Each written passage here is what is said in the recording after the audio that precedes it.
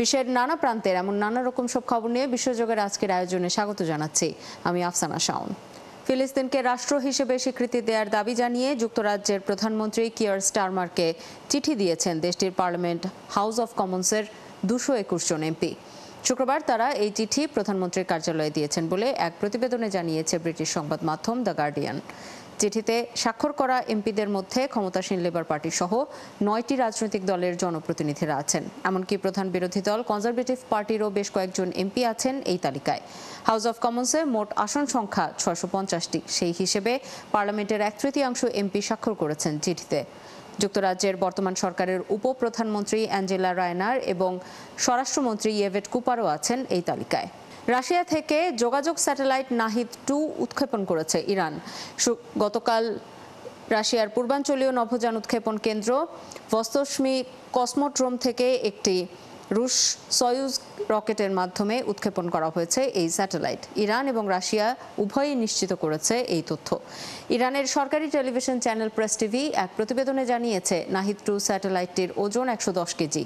এই যোগাযোগ স্যাটেলাইট নিজস্ব প্রযুক্তি এবং নিজেদের প্রকৌশলীদের মাধ্যমে তৈরি করেছে ইরান। নাহিদ-2 পৃথিবীর কক্ষপথের নিম্ন স্তরে স্থাপন করা হবে। এটির নকশা সেভাবেই করা হয়েছে। স্যাটেলাইটটি তৈরিতে বিভিন্নভাবে ইরানকে সহযোগিতা করেছে রাশিয়া। এদিকে প্রথমবারের মতো হাইপারসনিক ক্ষেপণাস্ত্র টাইফুন ব্লক 4 উন্মোচন করেছে তুরস্ক। সম্প্রতি ইস্তাম্বুলে অনুষ্ঠিত IDEF 2025 আন্তর্জাতিক প্রতিরক্ষা মেলায় উন্মোচিত হওয়া এই ক্ষেপণাস্ত্র আঙ্কারার প্রথম হাইপারসনিক ক্ষেপণাস্ত্র। নতুন এই ক্ষেপণাস্ত্রের মাধ্যমে এবার হাইপারসনিক ক্ষেপণাস্ত্র তৈরির সক্ষমতা সম্পন্ন দেশগুলোর তালিকায় নাম লিখিয়েছে তুরস্ক। আরও জানাচ্ছেন ঋতু সাহা। শব্দের চেয়ে 5 গুণ বেশি গতিসম্পন্ন হাইপারসনিক ক্ষেপণাস্ত্র তৈরির মাধ্যমে নতুন মাইলফলক স্থাপন করেছে তুরস্ক। আন্তর্জাতিক প্রতিরক্ষা মেলা IDF 2025-এ প্রথমবারের মতো তাদের হাইপারসনিক ব্যালিস্টিক ক্ষেপণাস্ত্র টাইফুন ব্লক 4 উন্মোচন করা হয়। মঙ্গলবার থেকে ইস্তাম্বুলে শুরু হওয়া 6 দিনব্যাপী এই প্রতিরক্ষা মেলায় ক্ষেপণাস্ত্রটি উন্মোচন করেছে তুরস্কের প্রতিরক্ষা শিল্পের শীর্ষ প্রতিষ্ঠান রকেটসান। এটি আঙ্কারার তৈরি প্রথম হাইপারসনিক ক্ষেপণাস্ত্র এবং জাতীয়ভাবে উৎপাদিত সর্বাধিক পাল্লার ব্যালিস্টিক ক্ষেপণাস্ত্র টাইফুনের উন্নত সংস্করণ।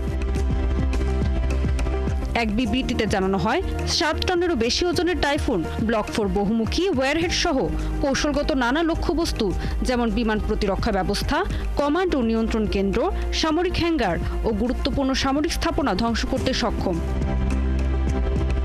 টাইফুন ব্লক 4-এর ওজন 2300 কিলোগ্রাম। এটির দৈর্ঘ্য 6.5 মিটার এবং পাল্লা 800 কিলোমিটার। ক্ষেপণাস্ত্রটি উচ্চগতি এবং উন্নত চালচলনের জন্য বিশেষভাবে প্রশংসিত। এছাড়াও প্রতিরক্ষা মেলায় আরও কিছু অত্যাধুনিক অস্ত্র ও প্রযুক্তি উন্মোচন করেছে তুরস্ক। এর মধ্যে রয়েছে আতাকা ক্যাপসুল সহ আতমাকা ক্ষেপণাস্ত্রের সাবমেরিন লঞ্চ সংস্করণ, যার পাল্লা 250 কিলোমিটারের বেশি। এটা ব্লু হোমল্যান্ড নীতির আওতায় সমুদ্র প্রতিরক্ষা জোরদারে ভূমিকা রাখবে।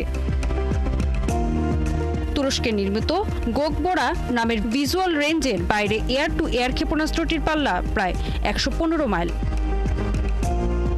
ইস্তাম্বুল ফেয়ার সেন্টার, আতাতুর্ক বিমানবন্দর, WW হোটেল ও আতাকয় মেরিনায় আয়োজিত এই প্রতিরক্ষা মেলায় অংশ নিয়েছে 900টিরও বেশি দেশীয় ও 400টি বিদেশি প্রতিরক্ষা প্রতিষ্ঠান। এর আগে মুসলিম দেশগুলোর মধ্যে কেবল ইরান ও পাকিস্তানের হাইপারসনিক ক্ষেপণাস্ত্র তৈরির সক্ষমতা ছিল।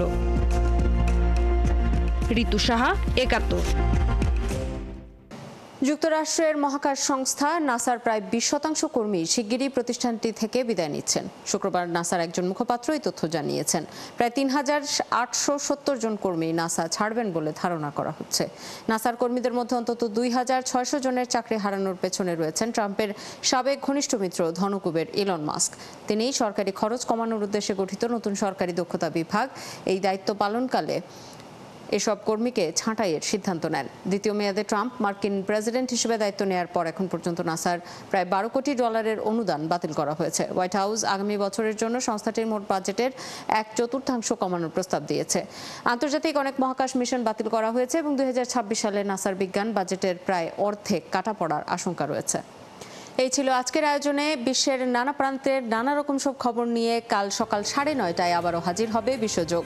চোখ রাখুন একাত্তরের ফেসবুক পেজে এবং সাবস্ক্রাইব করুন একাত্তরের ইউটিউব চ্যানেল। একাত্তরের সাথেই থাকুন।